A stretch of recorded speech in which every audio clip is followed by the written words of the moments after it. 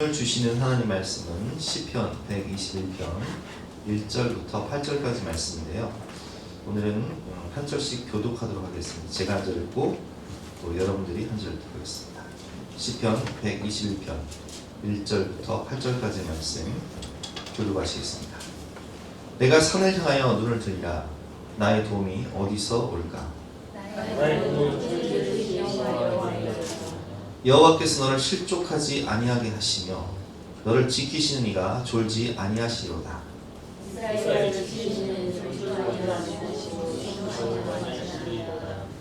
여호와는 너를 지키시는 이시라. 여호와께서 내 오른쪽에서 내 그늘이 되시나니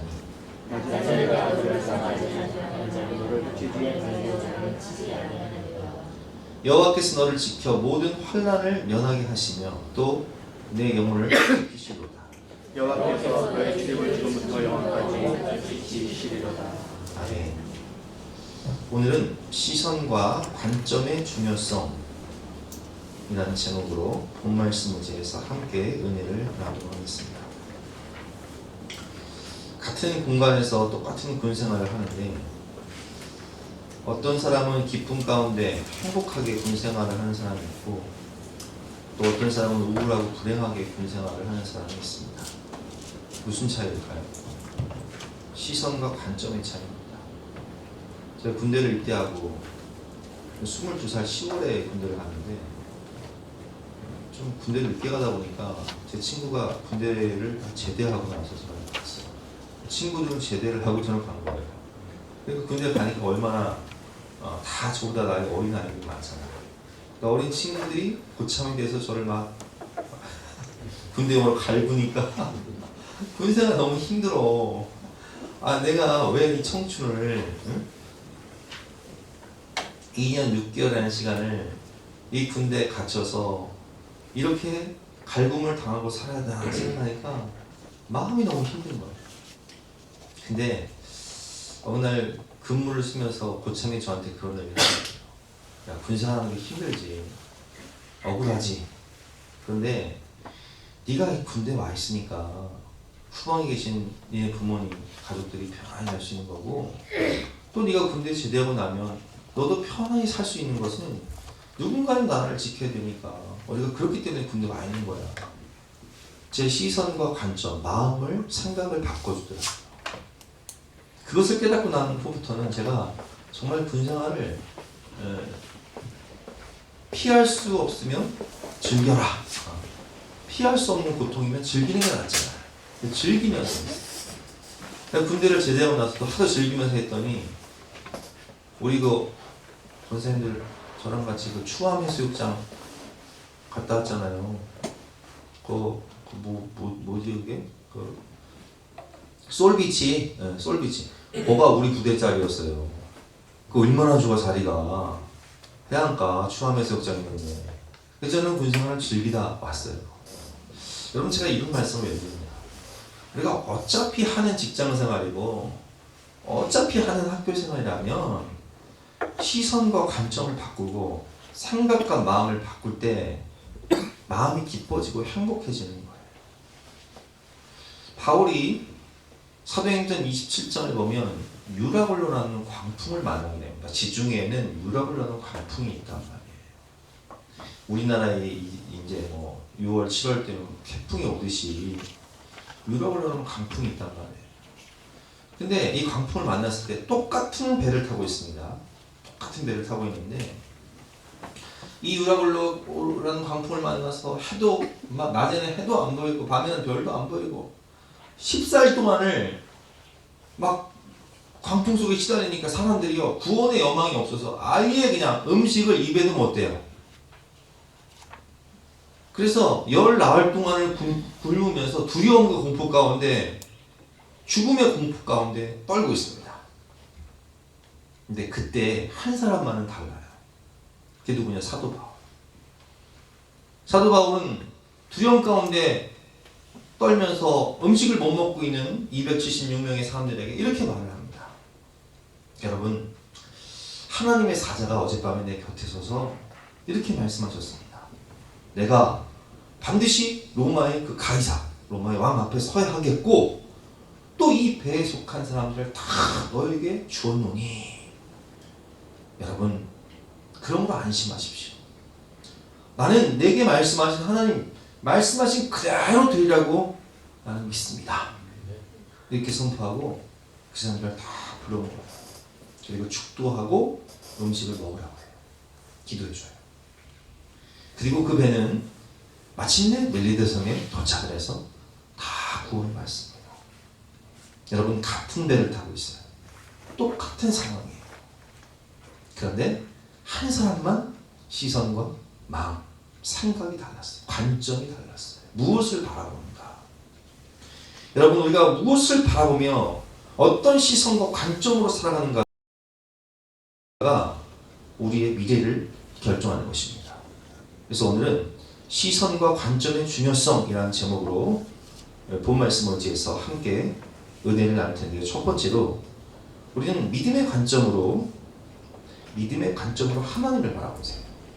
믿음의 관점으로 하나님을 바라보라는 말씀은 내 시선을 세상의 환경이나 초라한 나에게 두지 말고 하나님께 두라는 말씀입니다. 우리가 사는 세상을 보면 얼마나 많은 문제가 우리를 둘러싸고 있습니까? 세상의 뉴스 문제를 바라보면 어떤 마음이 드나요? 정치를 봐도, 경제 상황을 봐도, 북한과 대치하고 있는 우리나라의 안보 상황을 봐도, 아이들 교육 문제, 환경, 자연재해, 와, 북극 한파가요 무너져가지고 그 저지선이 무너져가지고 지금 미국은 뭐 뉴욕 같은 경우는 영하 40도까지 떨어져서 사람들이 나오면 벌금을 받는다는 거예요. 우리나라도요 지금 환경이 달라져서 벚꽃이 4월 초에 폈잖아요. 근데 올해는 3월 중순에 핀다는 거예요. 와, 나 3월 중순에 우리 성도들이랑 제주도 가기로 했는데 수지 맞았어. 수지 맞을 일이 아니죠. 환경이 그만큼 파괴됐다는 거예요 지금. 여러분, 우리가 살고 있는 이 세상의 환경을 보면, 상황을 보면 낙심 충만, 염려 충만, 불평 충만, 우울 충만해집니다. 이런 현실 가운데 우리는 무엇을 바라봐야 됩니까? 우리의 소망이신 하나님을 바라봐야 돼요. 민수기 14장을 보면 12명의 정탐꾼들이 40일 동안 가나안 땅을 정탐하고 옵니다. 정말 그 땅은 하나님이 약속하신 대로 적과 꿀이 흐르는 땅이었어요. 지금도요 헤브론이라는 곳을 가면요 그 성지가 좋다 헤브론 편을 보면 과일이요, 와 거기는 얼마나 과일이 당도가 좋은지. 왜냐면 여러분 생각해보세요. 건기와 우기가 있잖아요. 건기 동안은 비가 안 와요. 날씨가 얼마나 화창한 거 좋은지. 근데 우기 때 저장한 물을 가지고 농사를 짓기 때문에 과일 당도가 굉장히 높다고요. 그러니까 과일이 풍성해요. 그 과일을 가지고 와서 정말 하나님이 약속하신 적과 꿀이 흐르는 땅이다. 그런데 문제는 뭐냐? 거기에는 안악자손이 살고 있는데 안악자손 2m 83m 거인자손, 그들은 철병거를 가지고 있고 그들은 크고 견고한 성에서 우리를 기다리고 있다. 그들에 비하면 우리는 메뚜기에 불과하다. 이렇게 보고하니까 백성들의 마음이 녹아버렸어. 여러분, 그들은요 그 보고를 듣고 온 회중이 소리를 높여 부르짖으며 백성이 밤새도록 통곡을 합니다. 이스라엘 자손이 다 모세와 아론을 원망하며 온 회중이 그들에게 이르되 우리가 애굽 땅에서 죽었거나 이 광야에서 죽었으면 좋았을 것을. 이렇게 원망을 표하면 모세와 아론을 돌로 치려고 해요. 이에 서로 말하되 우리가 한 지휘관을 세우고 애굽으로 돌아가자. 원망, 불평, 우울, 낙심 충만해서 그들은 뭐 지금 막 절망의 늪에서 헤매고 있는 거예요. 근데 그때 여호수아와 갈렙의 관점과 시선은 달랐습니다. 그들은 출애굽 과정 가운데 그 대애굽 제국을 무너뜨린 하나님의 능력, 홍해를 가르신 하나님의 기적, 그 전능하신 하나님이 우리와 함께 하신다는 믿음이 있었어요. 시선과 관점이 세상과 초라한 내가 아닌 하나님께 있었다고요. 8절 말씀이죠. 여호와께서 우리를 기뻐하시면 우리를 그 땅으로 인도하여 들이시고 그 땅을 우리에게 주신다. 누가 주신다고요? 하나님께서 주신다. 주어와 주체가 하나님이에요. 시선과 관점의 주어와 주체가 하나님이라고요. 이는 과연 젖과 꿀이 흐르는 땅입니다. 다만 여호와를 거역하지 말라. 또 그 땅 백성을 두려워하지 말라. 그들은 우리의 밥이다. 옛날 성경에 밥이다 이렇게 되어 있죠. 우리의 밥이라는 거예요. 그들의 보호자는 그들에게서 떠났고 여호와는 우리와 함께 하시느니라. 하나님이 우리와 함께 하심으로 그들을 두려워하지 말아라. 여러분, 시선과 관점이 달랐어요. 10명의 정탐꾼과 백성들은 시선과 관점이 어디 있어요? 나를 둘러싼 상황과 환경, 안악자손을 이길 수 없는 초라한 나. 그러나 여호수아와 갈렙의 관점은 전지전능하신 하나님, 애굽을 무너뜨리시고 홍해를 가르신 하나님, 40년 동안 우리를 인도하시고 지키시는 하나님, 전지전능하신 하나님. 그렇습니다, 여러분. 믿음의 관점으로 문제보다 크신 하나님을 바라본 갈렙, 여호수아는 40년 후에 가나안 땅의 정복 지도자가 됐어요. 정확히 말하면 38년 후에 가나안 땅의 정복 지도자가 되어서 그 땅을 점령하는 승리를 경험하게 된 것입니다. 그러나 세상과 상황을 보고 원망불평했던 모든 백성은 다 광야에서 죽게 됩니다. 여러분, 우리 시선과 관점이, 마음과 생각이 우리의 미래를 결정하는 거예요. 다윗이 사울에게 쫓겨 블레셋 땅으로 넘어가서 시글락에 거주할 때 군사들을 데리고 3일 만에 본거지인 시글락에 돌아와 보니까 세상에 웬일입니까? 아말렉 사람들이요, 모든 아내와 자녀들 재산을 강탈해서 성이 다 불타버리고 지금 초토화 된 거예요. 사무엘상 30장 3절 말씀, 다윗과 그의 사람들이 성읍에 이르러 본즉 성읍이 불탔고 자기들의 아내와 자녀들이 사로잡혔는지라. 백성들이 자녀들 때문에 마음이 슬퍼서 다윗을 돌로 치려고 합니다. 왜냐면 지금 우리 애들이, 우리 아내가 붙잡혀가지고 살았는지 죽었는지 알 수 없거든요. 그러니까 부하들이 막 화가 난 거예요. 다윗을 막 돌로 쳐 죽이려고 하는 거예요. 다윗이 크게 다급하였으나, 얼마나 다급한 상황입니까? 그러나 그의 하나님 여호와를 힘입고 용기를 얻었더라. 무엇을 힘입고? 여호와를 힘입고 용기를 얻었더라. 다윗은 하나님께 묻습니다. 다윗이 하나님께 묻자와 이르되 내가 이 군대를 추격하면 따라잡겠나이까? 하니 여호와께서 그에게 대답하시되 그를 쫓아가라. 내가 반드시 따라잡고 도로 찾으리라. 근데 문제는 뭐냐?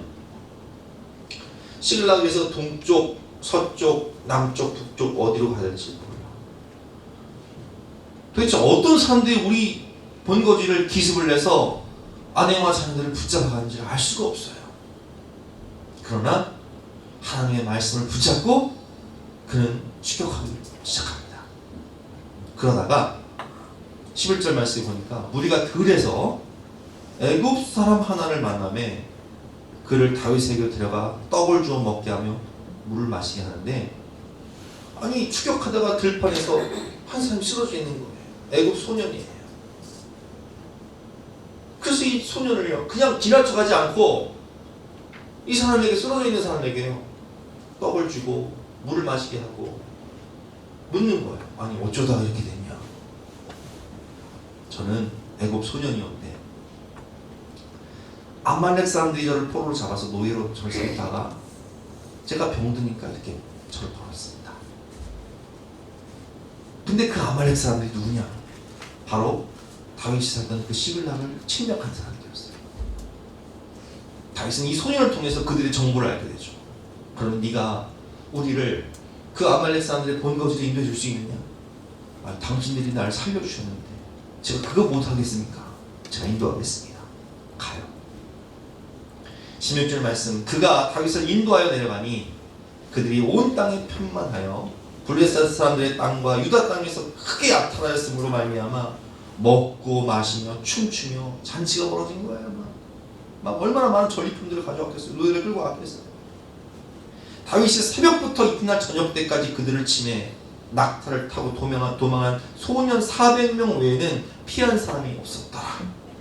다윗이 아말렉 사람들이 빼앗아갔던 모든 것을 도로 찾고 그의 두 아내를 구원하였고 그들이 약탈하였던 것 곧 무리의 자녀들이나 빼앗겼던 것은 크고 작은 것들을 막론하고 아무것도 잃은 것이 없이 다 다윗이 도로 찾아왔고 그뿐만 아니라 보너스 다윗이 또 양떼와 소떼를 다 펴졌더니 무리가 그 가축들을 앞에 몰고 가며 있는데 이는 다윗의 전리품이라 엄청난 전리품까지 얻게 된 거예요. 여러분 우리가 이 말씀을 통해서 깨달은 게 무엇입니까? 다급한 상황 가운데 부하들은 어땠어요? 반응이? 막 마음이 불타는 것 같으니까 다윗을 돌로 치려고 해요. 그러나 다윗은 그 하나님 여호와를 힘입어 용기를 얻었더라. 여러분 똑같은 상황이지만 시선과 관점이 다르다. 우리가 답답한 일을 당하고 사방이 막힐 때 답이 없는 상황 가운데 세상과 나를 보면요 대안이 없어요. 그러나 능력의 원천이신 하나님을 바라보면 거기엔 소망이 있습니다. 고린도후서 4장 7절 말씀 우리가 이 보배를 질그릇에 가졌으니 이 보배는 누구시죠? 예수 그리스도. 보배이신 예수 그리스도를 질그릇 같은 내 마음에 모셔드리면 심히 큰 능력은 하나님께 있고 우리에게 있지 아니함을 알게 하시기 때문에 그 능력의 원천이신 보배이신 예수님께서 우리와 함께 하심으로 우리가 사방으로 우겨쌈을 당하여도 쌓이지 아니하며 답답한 일을 당하여도 낙심하지 아니하며 박해를 받아도 버림받지 아니하며 거꾸러뜨림을 당하여도 망하지 아니하는 것입니다. 시선과 관점의 차이, 나를 둘러싼 상황에 집중하지 말고 초라한 나를 바라보지 말고 기도하며 하늘을 바라보세요. 엘리사가 워낙 예언을 잘하니까 이스라엘 백성과 아람 군대가 대치하고 있을 때 아람 군대가 어디로 들어올지 침략 공로 이 루트를 탁 엘리사가 알려주니까 아람 군대가 이길 수가 없는 거예요. 부하들이 말합니다. 엘리사가 다 꿰뚫어보고 있으니까 엘리사를 잡지 않으면 우리가 이길 승산이 없습니다. 그래서 아람 왕이요 군대를 출동시켜서 엘리사가 살고 있는 도단성을 에워쌉니다. 아침에 일어나 보니까 하나님의 사람의 사원이 일찍 일어나 나가보니 군사와 말과 병거가 성읍을 에워쌌는지라. 물샐 틈 없이 포위가 된 거예요. 도망갈 길이 없어요. 그의 사원이 엘리사에게 말하되 내 주여 우리가 어찌하리까? 지금 우리를 둘러싼 이 군사 마병 병거 우리는 꼼짝없이 죽게 되었습니다. 포로가 되었습니다. 대답하되 두려워하지 말라. 우리와 함께한 자가 그들과 함께한 자보다 많으니라 하고 기도하여 이르되 여호와여 원하건대 그의 눈을 열어서 보게 하옵소서 하니 여호와께서 그 청년의 영의 눈을 열어주세요. 눈을 여시매 그가 보니 하나님이 보낸 천군 천사 불말과 불병거가 산에 가득하여 엘리사를 둘렀다. 여러분 그렇습니다. 믿음의 관점으로 나를 둘러싼 이 문제와 상황과 세상을 바라보세요.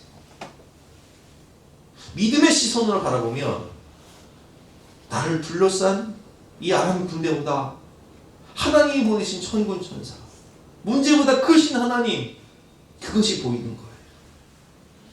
오늘 본문 1절과 2절 말씀 우리 한 목소리로 한번 같이 읽어보겠습니다. 시작. 내가 산을 향하여 눈을 들리니 나의 도움이 어디서 올까? 나의 도움은 천지를 지으신 여호와께서입니다. 왜 산을 향하여 눈을 들리라고 할까요? 오늘 본문은 성전으로 행하는 노래. 시온산에 높이 시온산에 세워진 하나님의 그 예루살렘 성전 그곳에 임재하신 하나님 내가 산을 향하여 눈을 돌리라. 나의 도움이 어디서 올까? 나의 도움은 천지를 지으신 여호와에게서로다. 여러분, 시선과 관점의 차이가 인생을 결정하는 거예요. 나를 둘러싼 상황과 세상을 보지 마시고, 초라한 나를 보지 마시고, 내게로부터 눈을 들어 문제보다 크신 하나님을 바라보세요. 그때 하나님이 우리를 위해 일하고 계심을 여러분 깨닫게 되는 것입니다. 함께 찬양하고 기도하는 시간 갖도록 하겠습니다. 시선이라는 찬양인데 가사를 깊이 생각하면서 함께 믿음의 고백을 하도록 하겠습니다.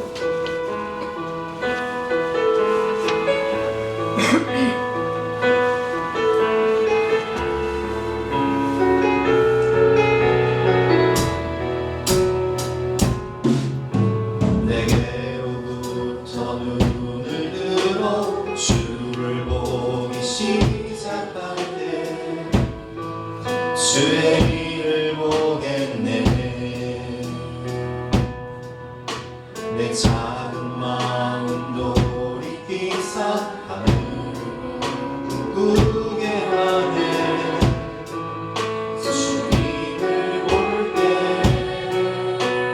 모든 시선을 주님께 드리고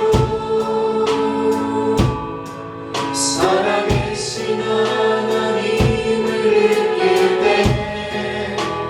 내 삶은 주의 역사가 되고 하나님이 일하기 시작하네. 다시 한번 고백합니다.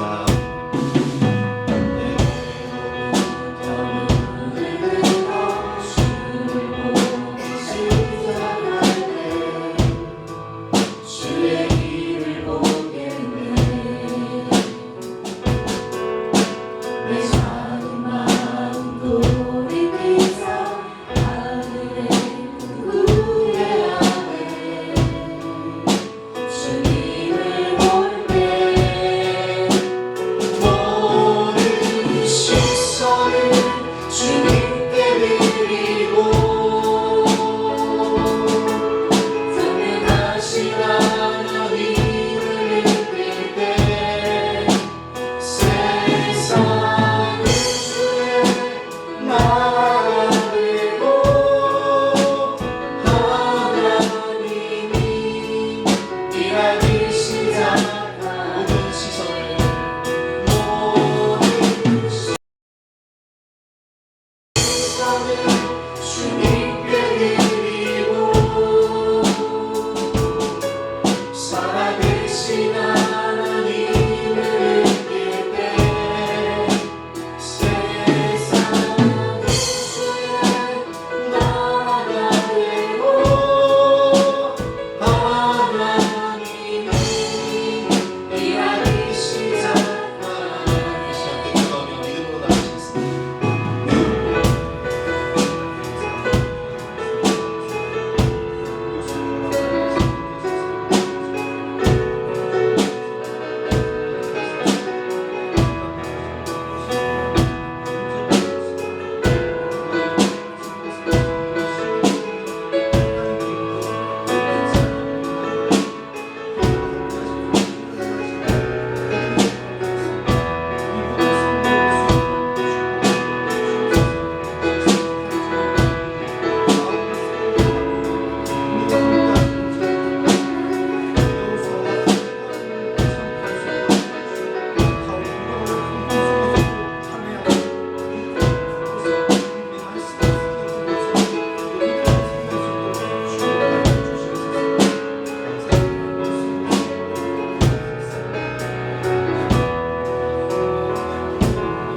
네. 두 번째는 하나님의 관점으로 사람을 봐야 합니다. 제가 어렸을 때 우리 어머니가 제 이 뒤통수를 보면서 이렇게 쓰다듬어 주면서 뭐라고 얘기하시냐면 아이고 사랑덩어리, 아이고 사랑덩어리, 이렇게 제 뒤통수를 쓰다듬어. 아이고 사랑덩어리, 아이고 사랑덩어리. 그다음 아버지가 딱 들어오시면 아버지 뒤통수를 탁 바라보면서 눈에서 레이저가 나요. 아이고 저 오겠단 말이야. 아이고 그딴 말이야. 우리 어머니면 그러셨겠습니까? 왜 자식을 볼 때는 사랑덩어리 하다가 눈에서 꿀이 뚝뚝 떨어지는데 남편을 볼 때는 눈에서 레이저가 광선이 발사될까요? 여러분, 우리가 영혼을 바라볼 때 어머니의 마음으로, 아버지의 마음으로 어머니가 자식을 바라보시지 눈에서 똑똑 떨어져야 돼. 근데 문제는 뭔지 아세요? 아내 시선으로 남편을 바라보니까. 그래서 제가 우리 아내들한테 뭐라고 말씀드리냐, 남편과 살아갈 때는 남편을 큰아들로 생각하세요.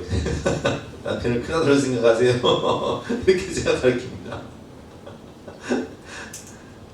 여러분, 우리가 어떤 시선으로, 어떤 마음으로 사람을 바라보는가 참 중요해요. 요한복음 8장을 보면 바리새인들과 서기관들이 예수님 책 잡으려고 가늠하다가 현장에서 붙잡힌 여인을 끌고 옵니다. 그리고 말하지, 모세의 율법대로 하면 이 여인은 돌로 쳐 죽여야 됩니다. 어떡할까요? 여러분, 그렇습니다. 그 여인은 지금 함정에 빠진 거예요. 예수님은 그 여인, 그 불쌍한 여인, 죄책감과 두려움과 공포에 떨고 있는 그 여인을 바라보면서 땅에 글을 쓰십니다. 그리고 이렇게 말씀하시죠. 너희 중에 죄 없는 자가 먼저 돌을 쳐라. 땅에 무슨 글씨 쓰셨을까요? 그들이 저지르고 있는 은밀한 죄를 다 쓰시는 거예요. 지금 돌을 들고 있는 그 사람들, 정죄하고 있는 사람들의 그 은밀한 죄들을 다 드러내시는 거예요. 너희 중에 죄 없는 자가 먼저 돌을 쳐라. 그들이 땅에 쓰신 글씨를 보고 양심의 가책을 느껴 어른으로부터 시작하여 젊은이까지 하나씩 나가는 거죠. 나이가 들수록 죄가 많잖아요. 어른부터 시작해서 젊은이까지 다 나가는 거예요. 예수께서 여자 외에 아무도 없는 것을 보시고 이르시되 여자여, 너를 고발하던 그들이 어디 있느냐? 너를 정죄하던 자가 어디 있느냐? 대답하되 주여 없나이다. 예수께서 이르시되 나도 너를 정죄하지 아니하노니 가서 다시는 죄를 범하지 말아라. 이렇게 말씀하세요. 여인은 새로운 인생을 살게 되는 거죠. 누가복음 15장을 보면 탕자가 둘째 아들이 아버지의 재산을 받아서 먼 나라로 가서 허랑방탕하여 그 돈을 다 술집에 가서 기생에게 다 바친 거예요. 알거지가 되죠. 그래서 돼지가 먹는 쥐업 열매를 먹다가 돼지와 경쟁하며 살다가 짐승처럼 살다가 내가 죽여 죽겠구나, 내가 여기서 죽여 죽느니 차라리 집에 가서 아버지한테 아버지 저 종으로라도 삼아 주십시오, 내 종으로 살겠습니다, 이렇게 생각하고 돌아갑니다. 근데 그 아들이 올 때 아버지가 달려와서 안고 울면서 너는 내 아들이다, 무슨 소리냐, 가락지를 끼워주고 신을 신기고, 종들은 신을 안 신다, 아들은 신잖아요. 좋은 옷을 입히고 살찐 송아지를, 우리 성탄절 퀴즈, 응? 탕자가 돌아왔을 때 제일 억울한 사람 누구라고요? 사람이 아니라 살찐 송아지. 왜 죽어? 내가 왜 죽어? 살찐 송아지 잡아가지고 잔치를 벌여준 거예요. 죽었다가 살아온 아들이니까 아버지의 반응은 너무나 기쁜 거예요. 근데 형의 반응은 달라요. 맏아들이 밭에 있다가 돌아와 집에 가까이 왔을 때 풍악과 춤추는 소리를 듣고 한 종을 불러 이르되 이 무슨 일인가 물은대요. 당신 동생이 돌아왔고 살아 돌아왔으면 아버지가 지금 잔치를 벌이고 있으니까 그가 막 노하여 들어가고자 하지 않냐고. 아버지가 나와서 권하는데 아버지께 대답하여 이르되 내가 여러의 아버지를 섬겨 명을 어김이 없거늘 내게는 염소 새끼라도 주어 나와 내 벗으로 즐기게 하신 일이 없더니 아버지의 살림을 창녀들과 함께 삼켜버린 이 아들이 돌아오매 이를 위하여 살찐 송아지를 잡으셨나이다. 이럴 수 없습니다. 아버지 이럴 수도 없어요. 나를 위해서 염소 새끼 한 마리 안 잡으면서 저놈이 뭘 잘했다고 저놈을 위해서 살찐 송아지를 잡고 신을 시키고 가락지를 끼워주고 좋은 옷을 입히냔 말이에요. 나는 용납할 수 없다는 거예요. 이게 형의 관점이에요. 형제를 바라볼 때 형의 관점으로 바라보면 영혼을 볼 때 형의 관점으로, 바리새인과 서기관들의 관점으로 바라보면 다 돌로 쳐 죽여야 돼. 죽일 놈이야 저거는. 근데 아버지의 관점으로 바라보면 응? 어떻다고요? 아유 사랑 덩어리, 아유 사랑 덩어리, 아이고 예쁘다, 아이고 예쁘다. 어머니의 관점으로, 아버지의 관점으로 바라봐야 되는 거예요. 아버지가 이르되 얘 너는 항상 나와 함께 있으니 내 것이 다 내 것이로되. 어차피 남은 유산 난 네 거 아니야. 근데 이게 내 동생은 죽었다가 지금 살아났으며 내가 잃었다가 얻었기로 우리가 이렇게 즐거워하고 기뻐하는 것이 마땅하지 아니하냐. 여러분, 우리가 사람을 볼 때요, 영혼을 볼 때 예수님의 관점으로, 사랑의 관점으로, 부모의 관점으로 그 영혼을 바라봐야 되는 거예요. 고린도후서 5장 17절 같이 읽어보겠습니다. 시작. 그런즉 누구든지 그리스도 안에 있으면 새로운 피조물이라. 이전 것은 지나갔으니 보라 새 것이 되었도다. 그렇습니다. 여러분은 하나님의 걸작품이에요. 우리는 보배롭고 존귀한 하나님의 자녀이며 우리는 다 예수님 핏값으로 사신 바된 예수님짜리 인생이요. 우리는 다 축복의 통로, 복의 근원인 거예요. 그래서 우리는 하나님의 관점으로 서로의 단점이 아닌 장점을 바라보세요. 여러분, 사람이요, 장점이 있고 단점이 있잖아요. 다 장점만 있는 것도 아니고 다 단점만 있는 것도 아니잖아요. 그 사람이 나한테 한 가지라도 잘한 게 있잖아요. 한 가지라도 잘한 게 있으면 그 사람의 장점을 보고 칭찬해 주는 거예요. 잘한다. 이런 부분에서 참 좋다. 애가 공부를 못해. 근데 성격은 좋지. 네가 공부는 못하지만 성격이 좋아서 참. 난 네가 참 너무 성격이 긍정적이라 좋다. 뭐 이런 말 할 수 있잖아. 이런 말. 이런 말을 좀 너무 자주 해서 문제인데 이런 말을 할 수 있잖아요. 여러분, 우리가 그 사람의 장점을 보고 자꾸 세워줘야 돼. 자꾸 칭찬해줘야 돼. 자꾸 격려해줘야 돼.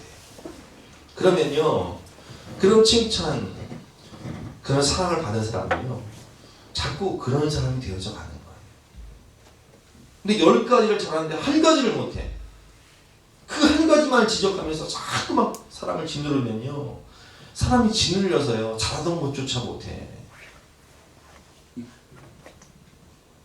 사람이 우울해지고 위축이 되는 거예요. 자신감을 상실하게 되는 거예요. 하나님의 관점으로 서로의 단점이 아닌 장점을 보고 칭찬하며 서로 위하며 살면 행복해지고요, 밝아져요. 그 사람이 세워져. 하나님의 생각으로 세워져. 그래서 우리는 이렇게 고백해야 되는 거예요. 당신을 만난 것이 네 인생의 가장 큰 축복입니다. 행복입니다. 기쁨입니다. 우리 다시 한번 인사할까요? 뒤에 계신 누가 인사하실 때 어떻게 한 줄에 한 분씩만 딱 앉으셨어 다. 내가 이 인사를 하도 시키니까 서로 입장이 곤란해서 아마 옆에 안 왔나 봐. 앞뒤에 분들과 인사하실 때 당신을 만난 것이 내 인생의 가장 큰 행복입니다. 축복입니다. 기쁨입니다. 선택해서 한 가지 말씀하시기 바랍니다. 당신을 만난 것이 내 인생의 가장 큰 축복입니다. 할렐루야. 우리 교회에 A형들이 많나? 자리가 넓으니까 하나씩 차지. 그래요. 세 번째로는 감사와 소망의 관점으로 미래를 보시기 바랍니다.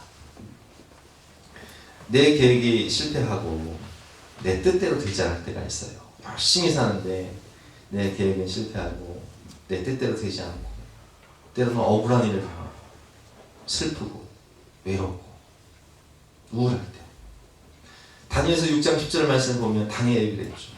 그는 최선을 다해 믿음으로 살았지만 자꾸 억울한 일을 당하는 거예요. 페르시아의 관리들이 노예 출신 유대인이 그 대제국 페르시아에 수석 총리가 되니까 우리가 모셔야 되니까 그걸 볼 수가 없는 거예요. 뭐 하나 먼지 털어서 먼지 안 나오는 사람이 없는데 다니엘은 너무 청렴하고 정직하고 사람이 신실하고 어떻게 할 수가 없어. 그래서 왕을 꼬셔서 왕이시여 왕만 섬겨야 되는데 다른 신 섬기면 죽입시다 해서 왕을 꼬셔가지고 왕의 도장을 찍게 한 거예요. 다니엘이 이 조서에 왕의 도장이 찍힌 것을 알고도 자기 집에 돌아가서는 윗방에 올라가 예루살렘을 향한 창문을 열고 전에 하던 대로 하루 3번씩 무릎을 꿇고 기도하며 그의 하나님께 감사했더라. 이 억울한 상황 가운데 다니엘은 뭐해요? 감사했더라. 감사의 관점. 내가 죽으면 죽으리라. 죽을지언정 하나님 평생을 나와 함께 하셔서 바벨론의 총리로 페르시아의 총리로 나를 사용해 주시고 내가 믿음을 잃지 않고 믿음을 지키며 순교할 수 있는 은혜를 주시니 감사합니다. 그러나 하나님은 그 믿음을 보시고 위기를 기회로 바꿔주시죠. 가장 좋은 결과를 주시는 하나님의 은혜를 체험하게 됩니다. 사도행전 16장에 성령의 인도하심을 따라 유럽 마게도냐로 갔던 바울과 실라는 그곳에서 귀신 들린 여종을 고친 이후로 그 무당의 주인이 이익의 소망이 끊어진 것을 보고 바울과 실라를 고발하여서 옥에 갇혀서 매를 맞잖아요. 그러나 그 상황 가운데서도 그들은 감사하며 하나님을 찬송합니다. 그 지하 감옥에서. 그때 옥문이 열리지만 도망가지 않고 빌립보 감옥의 간수, 그 간수하게 가족들에게 복음을 전하고 세례를 주어서 그들이 바울의 평생의 동역자인 빌립보 교회를 세우게 되는 축복과 은혜를 얻게 될 거예요. 여러분, 가장 좋은 것을 주시는 하나님을 신뢰한다면 내 앞길이 막히고 억울한 일을 당하고 나를 둘러싸고 있는 문제들을 만날 때 하나님 이 문제를 통하여 하나님을 사랑하는 자 곧 그 뜻대로 부르심을 입은 자들은 모든 것이 합력하여 성을 이룬다고 말씀하셨사오니 하나님이 가장 좋은 것을 주실 것을 나는 믿습니다. 믿음을 선포하세요. 감사를 선포하세요. 그러면 하나님은 여러분들이 생각하지 못한 가장 좋은 것을 주시는 좋으신 하나님, 우리의 기도에 응답하여 주시고 한없는 축복을 주시는 좋으신 하나님을 경험하게 될 것입니다. 다윗은 민족을 위해 헌신했죠. 골리앗을 믿음으로 쓰러뜨리고 블레셋 침략해서 이스라엘 백성들을 구하고, 그러나 사울은 천천히요 다윗은 만만이다 라는 그런 노래를 듣고 사울이 다윗을 죽이기로 결심하고 억울하게 도망자가 된 광야의 도망자의 삶을 살게 됩니다. 다윗을 도왔던 제사장 가문이 다윗에게 떡을 주고 칼을 주었다는 이유로 멸절당하고, 그 소식을 알게 된 백성들은 두려움 가운데 다윗을 도우면 다 몰살당하니까 어쩔 수 없이 사울이 두려워서 다윗을 밀고 할 수밖에 없는 상황 가운데 세상에 아무도 내 편이 없어요. 너무나 억울해요. 압살롬이 반역을 해서, 아들 압살롬이 반역을 해서 민심과 여론을 다 가지고 다윗이 벗은 발로 도망할 수밖에 없는 그 상황 가운데 다윗은 시편에서 이렇게 고백을 합니다. 한번 교독해 볼까요? 여호와여 나의 대적이 어찌 그리 많은지요, 일어나 나를 치는 자가 많으니이다. 2절 시작.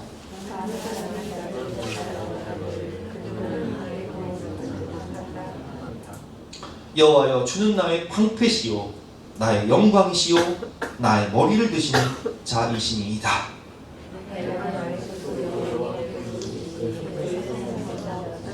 내가 누워 자고 깨었으니 여호와께서 나를 붙드심이로다.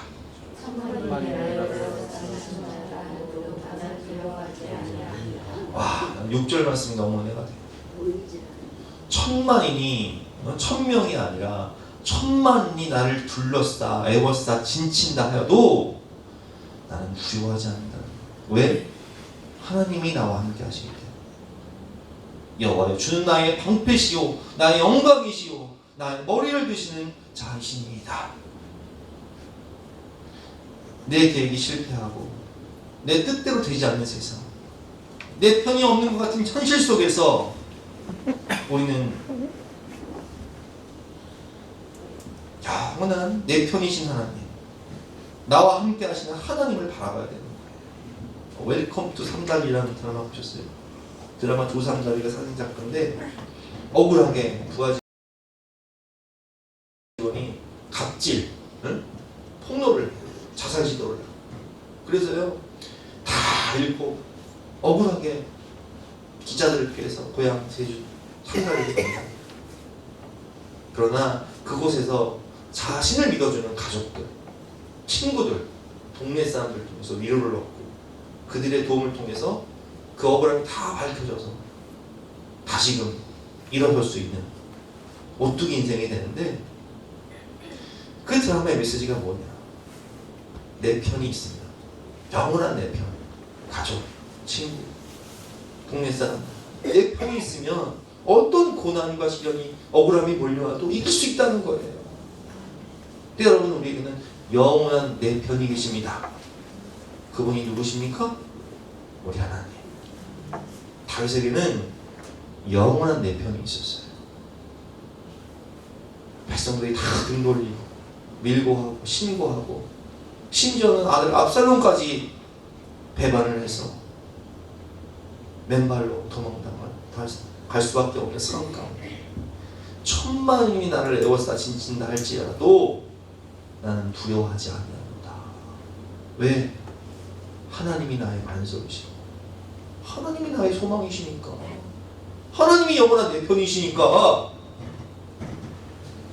여러분, 그렇기 때문에 우리는 우리 계획에 실패하고 내 뜻대로 되지 않는 세상, 내 편이 없는 것 같은 현실 속에서도 우리는 영원한 내 편이신 하나님께서 나와 함께 하심을 믿어야 됩니다. 그 하나님이 나를 가장 좋은 길로 인도하실 것을 믿어야 됩니다. 나의 앞에 반석에서 샘물 나게 하시네. 나의 앞에 반석에서 샘물 나게 하시네. 그 은혜를 믿고 감사와 소망 가운데 나가시면 하나님이 일하시는 거예요. 오늘 결론 말씀입니다. 오늘 결론 말씀은 시편 121편 성전으로 올라가는 노래예요. 성전에 나아가 우리가 세상 등지고 십자가 바라보면서 성전에 나올 때 우리의 시선과 관점이 바뀌고 마음과 생각이 달라지는 거예요. 나를 둘러싼 상황과 환경, 초라한 나 자신을 보는 것이 아니라, 문제를 바라보는 것이 아니라 문제보다 크신 하나님, 하나님이 우리를 밤낮으로 지키시며 영원토록 내 편이 되어주시고, 하나님이 우리에게 승리와 사랑을 주시고, 하나님이 우리에게 가장 좋은 것을 주시며 가장 복된 길로 인도하시는 분이세요. 오늘 결론 말씀 다시 한번 교도할 때 정말 내 편이신 하나님, 나를 지키시는 하나님, 내게 가장 좋은 것을 주신 하나님을 신뢰하면서 우리 믿음으로 다시 한번 교도하겠습니다. 내가 산을 향하여 눈을 들리라. 나의 도움이 어디서 올까? 아멘. 나의 도움을 천지를 지으신 여호와께서, 여호와께서 너를 실족하지 아니하게 하시며 너를 지키시는 이가 졸지 아니하시리로다.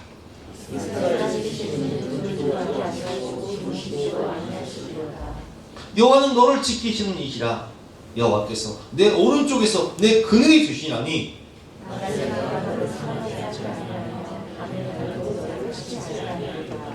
여호와께서 너를 지켜 모든 환난을 면하게 하시며 또 내 영혼을 지키시도다.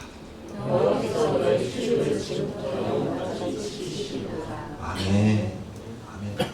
여러분, 오늘 이 말씀 가슴에 새기고 시선과 감정을 갖고 마음과 생각을 하나님께 두므로 하나님이 주시는 은혜와 승리를 경험하시는 저와 여러분 되시기를 믿음으로 축원합니다. 함께 찬양하고 기도하는 시간 갖도록 하겠습니다.